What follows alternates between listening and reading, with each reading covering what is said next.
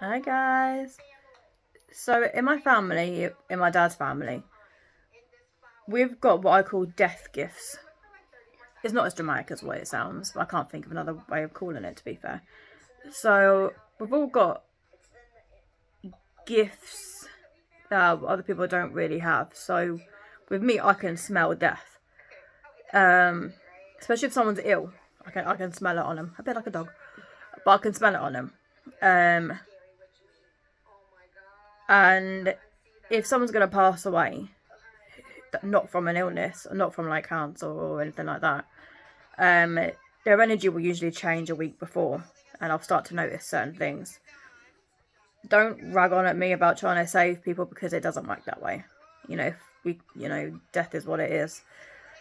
But like my dad can tell if someone is a good or a bad person by looking at them. He will. And my sister has a very similar gift, so they will see colours with a person. So with my dad, it's black or white or grey, or what type of soul they have. Whereas my sister, I mean, she is one of the strongest mediums you'll ever come across, and she will see different colours with people. So she'll tell their personality types from the colours that she sees. I've got an uncle that will walk into a room and he will just know who is going to die next. He will just know. It's just like a sixth sense. So we've all got gifts like that in different ways. But this story is actually about the man that raised my mum. So my nan's first husband. And so he died of cancer. It started out as prostate cancer. It went to his bones, and he was in his 70s, late 70s when he passed away. And it's actually his death month. This month is December.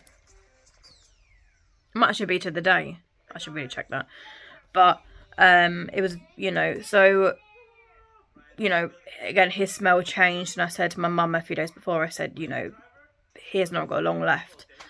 So anyway, so he was taken to hospital, and me and several cousins were there when he passed away, as well as his second wife.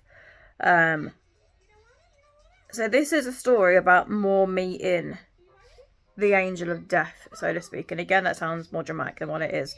But, there are so many legends and stories about Death, the Grim Reaper, however you want to call him.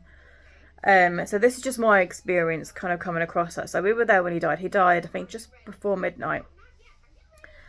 And for anyone who's been with anybody who is about to pass away, their breathing changes and they get rattly and, So we knew that it wouldn't be long. And he was getting to the point where he was only taking a breath, maybe every minute or so.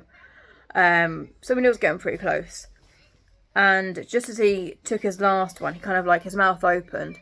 And all of a sudden I saw him leave his body in like a white dress. That's the only way I can describe it. I saw him leave his body, so literally the minute that he'd stopped breathing, his soul left, which is good because not all souls will leave the body straight away. Some do get trapped, which I will mention in a different video. So not all souls leave straight away. Luckily his did. And just as his soul was coming out, a figure in black came forward, as well as a couple of figures in white. I couldn't make out their faces, but I knew they were women. And he actually had 16 siblings, gypsy families. We breed a lot, and so I do feel that one was his mum and the rest were his sisters that kind of came forward to meet him. But death was also there because in the middle, well, it was to the right, there was a figure entirely in black, and I knew it was a male entity, if you can call it that, come forward, and he acknowledged me. He turned to me and nodded like that, and then went back to what he was doing. So I think he could sense the fact that I knew that he was there, the fact that I could see him, and these other spirits that came to meet my granddad. And then literally within a few seconds, they all went, not like poof, but like they just disappeared as if they were never there. So I don't know if anyone else has had experiences meeting whatever you want to call him, the Reaper, the Angel of Death, whatever. I'd be interested to hear if anybody has, like, comment below or give me an email.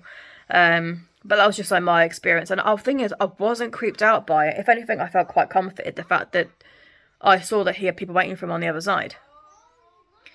Because I think that's one of our biggest fears is when we die, we're going to die alone and no one's going to meet us and we're going to be lost forever. That's a big fear for a lot of people. So it was nice to know that he was greeted and that his soul was taken away. Like, my granddad didn't acknowledge me. So when he came out, obviously, because I think he was too busy with his own transition. But the fact that this entity did, pretty freaky. But at the same time, comforting, you know. So that's just my experience on that one.